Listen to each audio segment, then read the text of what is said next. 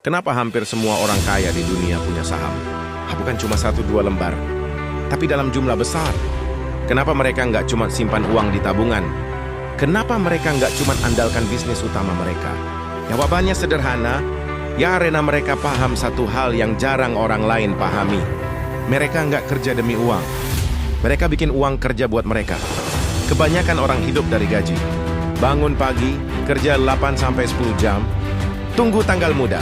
Begitu gajian, uangnya habis untuk cicilan, gaya hidup, kebutuhan, dan siklus itu berulang bulan demi bulan, tahun demi tahun. Sementara orang kaya berpikir berbeda. Mereka bertanya, bagaimana caranya uang ini bisa berkembang tanpa saya harus hadir?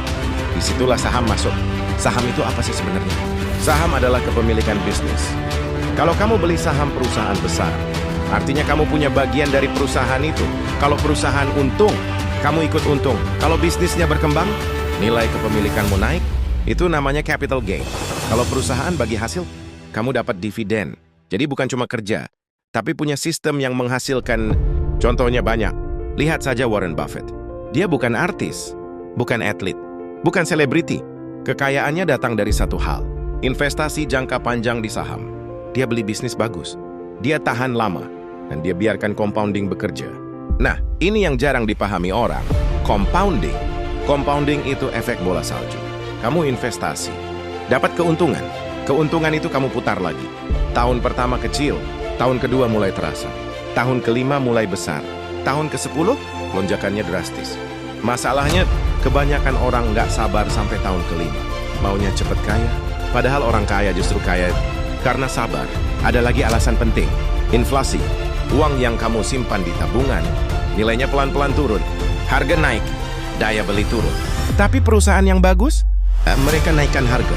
Pendapatan naik, keuntungan naik, dan sahamnya ikut naik. Makanya orang kaya taruh uang di aset produktif, bukan cuma disimpan. Sekarang pertanyaannya, kalau saham sebagus itu, kenapa masih banyak orang takut?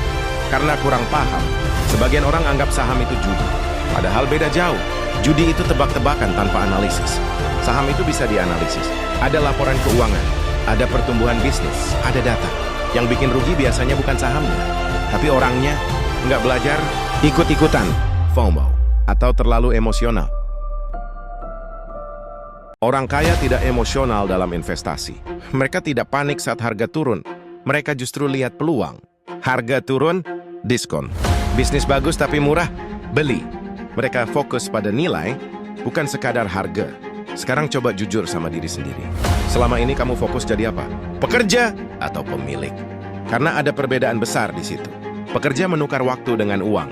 Pemilik punya sistem yang menghasilkan uang, meskipun dia tidak bekerja langsung.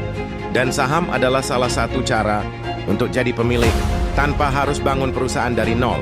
Saya bukan bilang semua orang harus jadi trader. Bukan. Ini bukan soal trading cepat.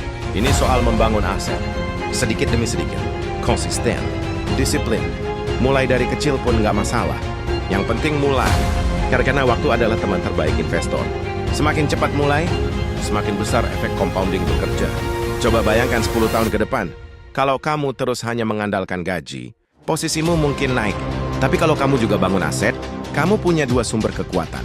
Active income dan passive income.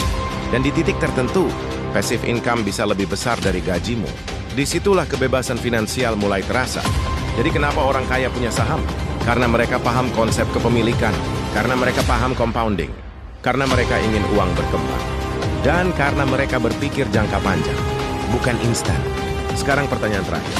10 tahun lagi, kamu mau tetap bekerja demi uang? Atau sudah punya aset yang bekerja untukmu? Keputusan ada di tanganmu. Mulai kecil tidak masalah. Yang berbahaya adalah tidak mulai sama sekali. Kalau kamu serius ingin bangun aset, jangan berhenti di membaca. Mulai belajar fundamental saham. Pahami laporan keuangan. Kenali bisnis sebelum beli. Kalau kamu mau, aku bisa bantu jelaskan langkah awalnya. Biar kamu nggak mulai dengan nekat, tapi dengan strategi. Tulis mau di komentar.